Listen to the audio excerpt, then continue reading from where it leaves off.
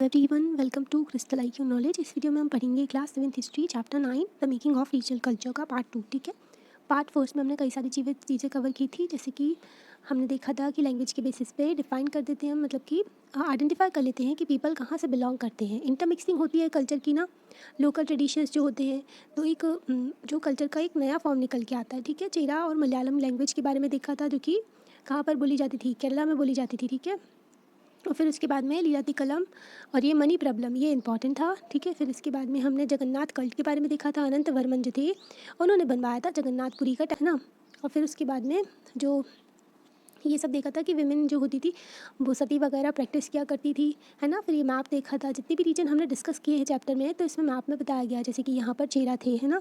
राजस्थान के देखा हमने कितने सारे जो राजपूत ट्रेडिशन बिलोंग करते थे। यहाँ अभी बंगाल के बारे में देखेंगे हम। ठीक है, और उड़ीसा में जगन्नाथपुरी उड़ीसा है ना। अब अवध देखा, लखनऊ सॉरी, तो वो देखा।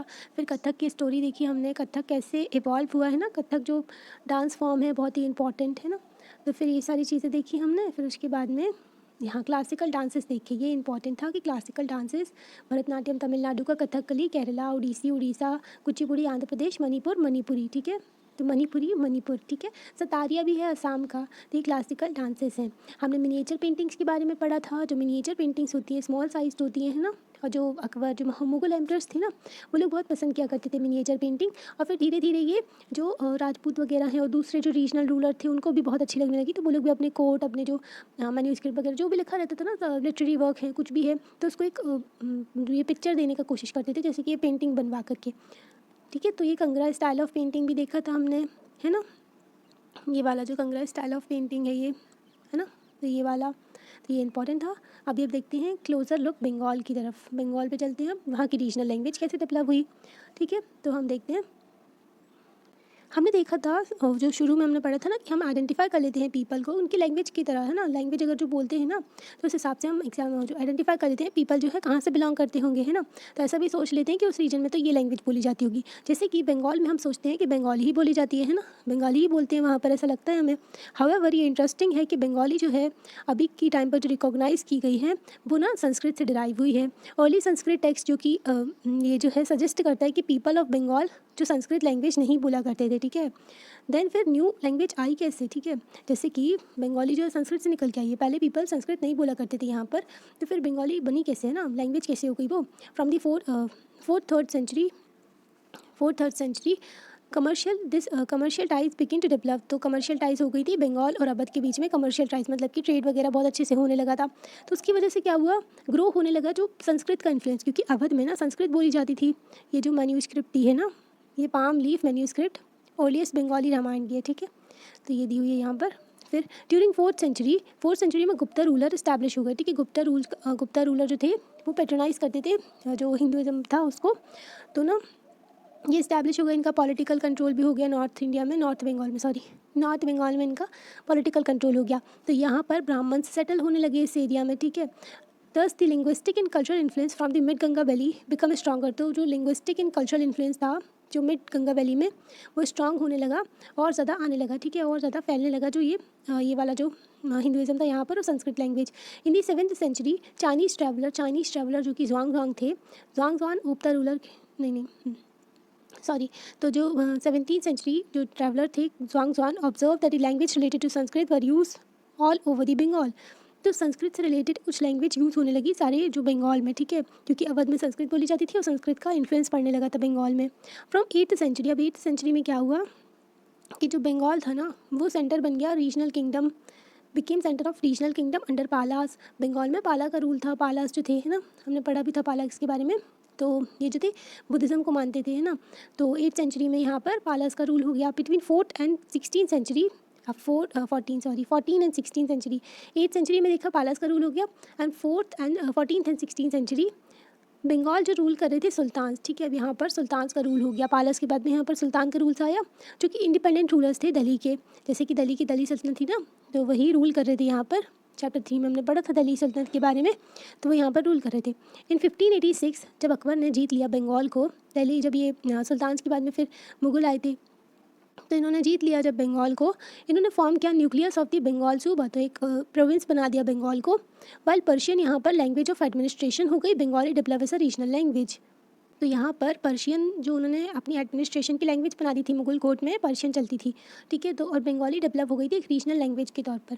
इनफैक्ट 15वीं सेंचुरी में बंगाली ग्रुप थे जो बोलने वाले डायलेक्ट्स थे, जो बोलियाँ होती हैं, केम टू बी यूनाइटेड, वो यूनाइटेड हो गए एक कॉमन लिटरेरी लैंग्वेज के लिए, जो कि स्पोकन लैंग्वेज हो गई थी उनकी western part of the region में, जिसको आज वेस्ट बंगाल कहते हैं हम, ठीक है। तो वेस्ट बंगाल में जो एक ग्रुप यूनाइट हो गया था कि उनकी एक कॉमन लैंग्वेज हो गई है। और तो बंगाली डिराइव होती है संस्कृत से, बंगाली जो है संस्कृत से निकली है। It pass through several stages of evolution, फिर भी इसके कई सारे एवोल्यूशन से हुए हैं, मतलब कई सारे स्टेजेस से ये पास होकर के पूरी तरीके से बंगाली लैंग्वेज बनी है। A wide range of non Sanskrit word, तो कई सारे जो नॉन संस्कृत वर्ड भी इसमें इंक्लूडेड हैं, है ना। Derive from variety of sources, जो कई सोर्सेज से निकले हैं, जैसे कि tribal language, Persian language, European language have become a part of modern Bengali. तो अगर मॉडर्न बंगाली की बात करें तो संस्कृत लैंग्वेज, पर्शियन लैंग्वेज, है ना, ट्राइबल लैंग्वेज, यूरोपियन लैंग्वेज, तो सबको इंक्लूड कर लिया है उसने, है ना। अर्ली बंगाली लिटरेचर में बी डिवाइडेड इंटू 2 कैटेगरीज। तो अर्ली जो सबसे पहली बंगाली लिटरेचर थी जो शुरू की, तो उसको ना 2 कैटेगरीज में आप डिवाइड कर सकते हो। एक तो फर्स्ट जो है वो आभारी है किसकी, संस्कृत की। द अदर इंडिपेंडेंट, तो एक तो संस्कृत से रिलेटेड है, मतलब कि ना उसकी जो वो है आभारी ऐसे कहते हैं, तो वो है। एंड सेकंड जो है इंडिपेंडेंट है उससे। फर्स्ट जो है इंक्लूड करती है ट्रांसलेशन ऑफ संस्कृत एपिक, जो फर्स्ट है उसमें संस्कृत एपिक्स हैं, जो बड़ी बड़ी स्टोरीज होती हैं उनका ट्रांसलेशन है, जैसे कि मंगल काव्यास, लिटरेरी ऑस्पिशियस पोयम है डीलिंग विद लोकलिटीज़। तो बहुत ही ज़्यादा ये जो ना पवित्र पोयम है, ये जो भगवान से रिलेटेड है, जो कि तो ये पोयम है मंगल काव्य। तो ये संस्कृत जो ये है तो इसमें इंक्लूड की गई है फर्स्ट वाली जो कैटेगरी है उसमें। एंड भक्ति लिटरेचर, तो फर्स्ट वाला ये भक्ति लिटरेचर भी है, जैसे कि बायोग्राफीज़ हैं चैतन्य देवा की एंड वैष्णव भक्ति मूवमेंट की, जो हमने चैप्टर 8 में भी पढ़ाया था आपको चैतन्य देवा के बारे में, है ना। सेकेंड वाला जो है, फर्स्ट ये था, ठीक है, जो बंगाली लिटरेचर का।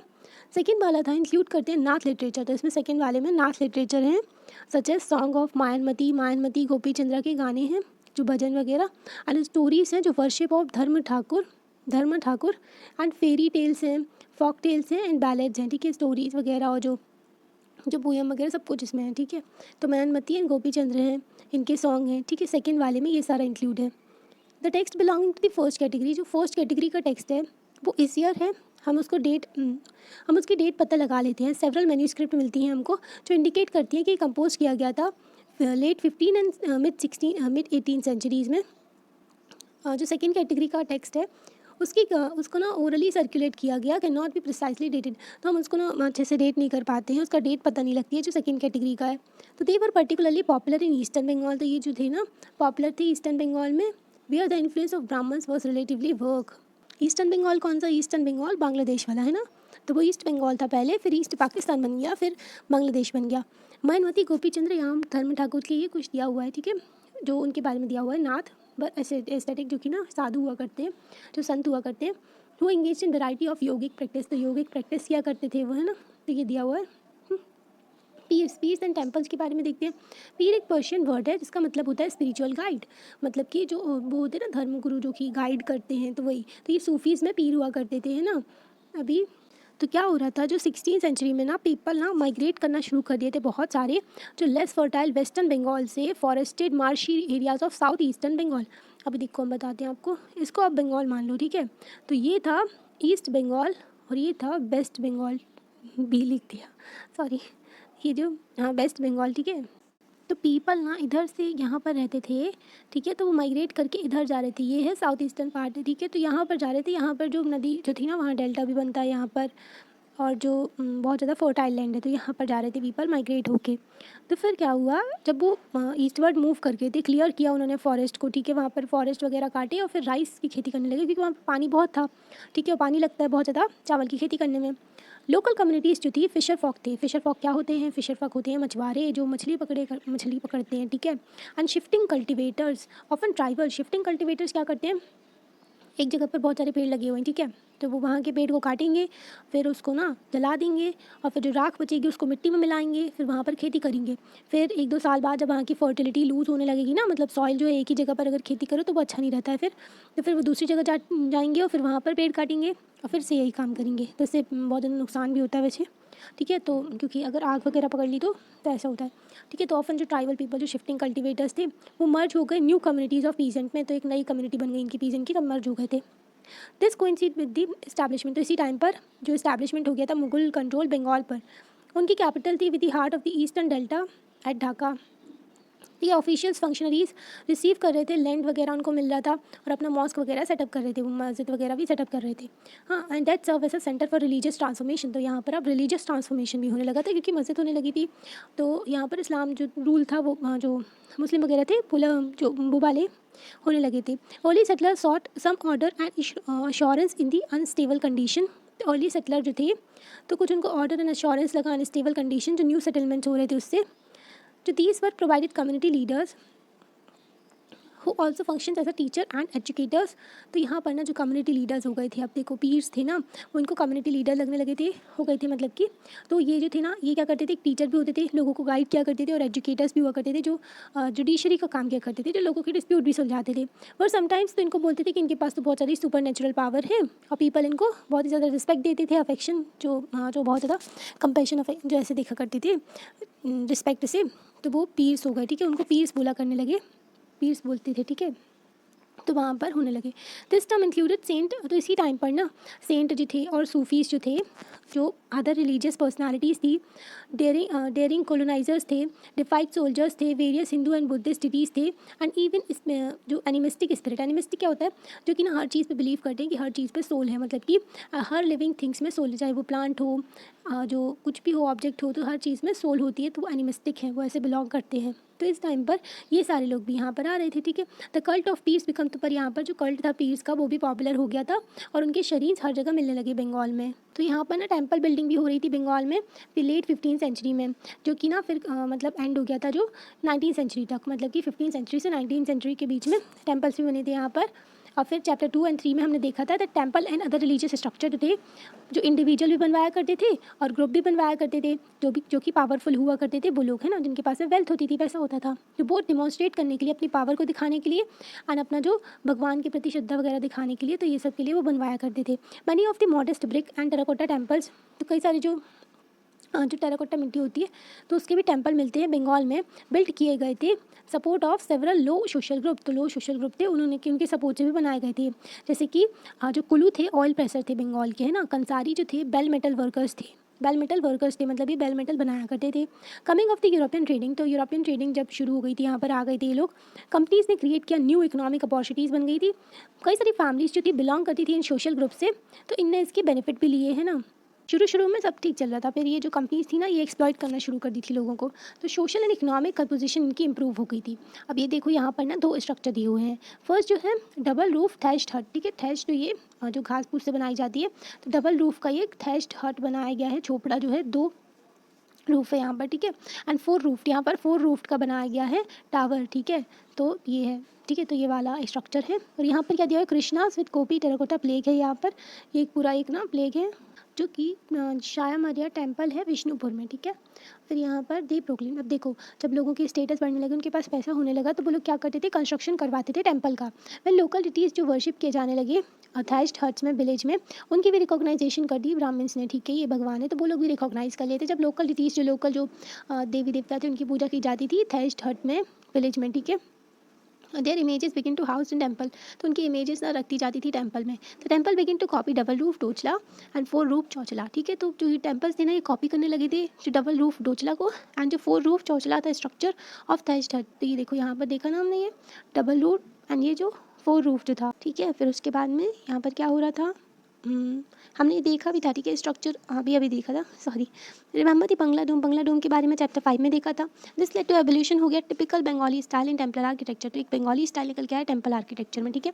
इन दी कंपैरेटिवली मोर कॉम्प्लेक्स, तो कॉम्प्लेक्स था 4 roofed structure, 4 triangular roof placed on the 4 walls, moved up coverage on the curve line और अ पॉइंट, ठीक है। तो जो अगर कंपैरेटिवली हम बात करते हैं, बहुत ज़्यादा कॉम्प्लेक्स था ये जो 4 रूफ स्ट्रक्चर था ना, जैसे कि अभी हमने पिक्चर में देखा था।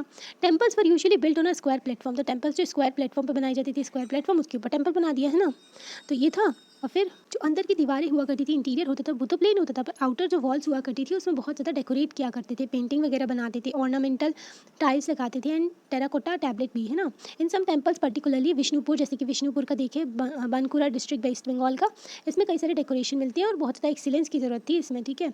अभी फिश ऐसा फूड, तो बंगाल का जो फूड देखते हैं हम, traditionally food habits are generally based on locally available items. जो ट्रेडिशनली अगर बात करें हम पहले से ही, जो फूड हैबिट्स है ना, जो लोकली वहाँ पर चीज़ मिलती है तो वही होती है लोगों की, है ना, उसी पर बेस्ड होती है।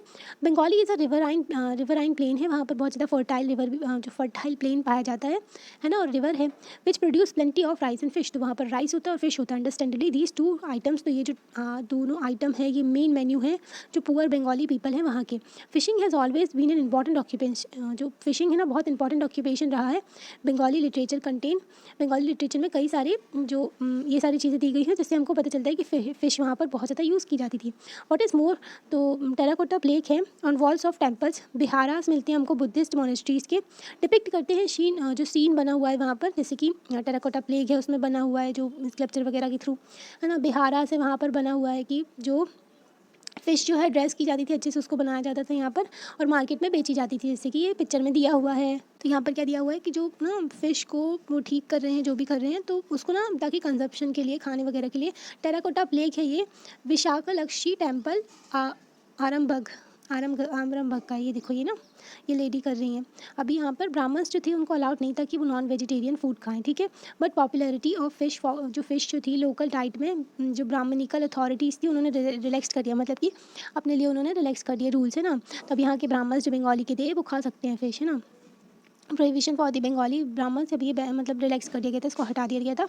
ब्रिहधर्मा पुराना जो है 13वीं सेंचुरी का संस्कृत टेक्स्ट, जो एक ब्रिहधर्मा पुराना है 13वीं सेंचुरी का जो संस्कृत टेक्स्ट है बंगाल का, तो ये परमिट करते हैं कि लोकल ब्राह्मण्स फ़िश को खा सकते हैं, ठीक है, सर्टेन वेराइटीज़ ऑफ फ़िश को खा सकते हैं। तो ये हमने बंगाल के बारे में देख लिया, फ़िश देख लिया, उनकी लैंग्वेज कैसे डेवलप हुई है ना, वहाँ का जो टेम्पल आर्किटेक्चर कैसा था, ये सब।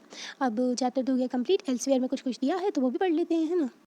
Emergence of nation state in Europe. अब 18 सेंचुरी में क्या हो रहा था, 18 सेंचुरी तक पीपल जो थे यूरोप को अपने आप को ना एक एम्पायर के अंदर देखा करते थे, मतलब कि वो एम्पायर है, वहाँ की प्रजा है वो, ठीक है। जैसे कि ऑस्ट्रो हंगेरियन एम्पायर था, वहाँ पर जो राजा वगैरह थे, है ना, चर्च का था, मेंबर थे और मेंबर ऑफ अ चर्च, और ग्रीक ऑर्थोडॉक्स चर्च जो थी।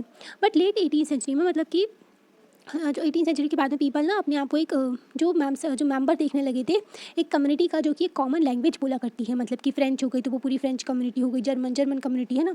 तो लैंग्वेज के बेसिस पे वो अपने आप को देखने लगे थे। By the early 19th century में जो रोमानियन जो स्कूल में जो टेक्स्ट बुक थी उनकी ना लैंग्वेज उन्होंने रोमानियन कर दी, ग्रीक की जगह। हंगरी जो था अपने आप को हंगेरियन जो लैंग्वेज यूज़ करने लगे थे वो लोग, उनकी ऑफिशियल लैंग्वेज बना ली उन्होंने इंस्टेड ऑफ लेटिन। तो लेटिन और ग्रीक का वो लोग ख़त्म कर रहे थे इंपॉर्टेंस, जो कि अपनी लोकल लैंग्वेज को वो अपना रहे थे। दीज अनदर सिमिलर डेवलपमेंट हुए, तो इससे कॉन्शियसनेस क्रिएट हुई पीपल के अंदर कि जो वो है एक लिंग्विस्टिक कम्युनिटी का पार्ट है, इनका एक सेपरेट नेशन होना चाहिए। दिस फीलिंग जो बहुत ज़्यादा बढ़ने लगी और मूवमेंट चली, जैसे कि इटालियन, फिर क्या हुआ, इटालियन एंड जर्मन यूनिफिकेशन के लिए मूवमेंट चले लेट 19th सेंचुरी में। फिर इतने सारे स्टेट्स निकल के आए वहाँ पर, जबकि कई सारी कंट्रीज़ बन गई। तो चैप्टर 2 हो गया है कंप्लीट। Thank you. आपको कैसा लगता है आप लाइक करके बता सकते हैं, चैनल को सब्सक्राइब भी कर सकते हैं। Thank you so much.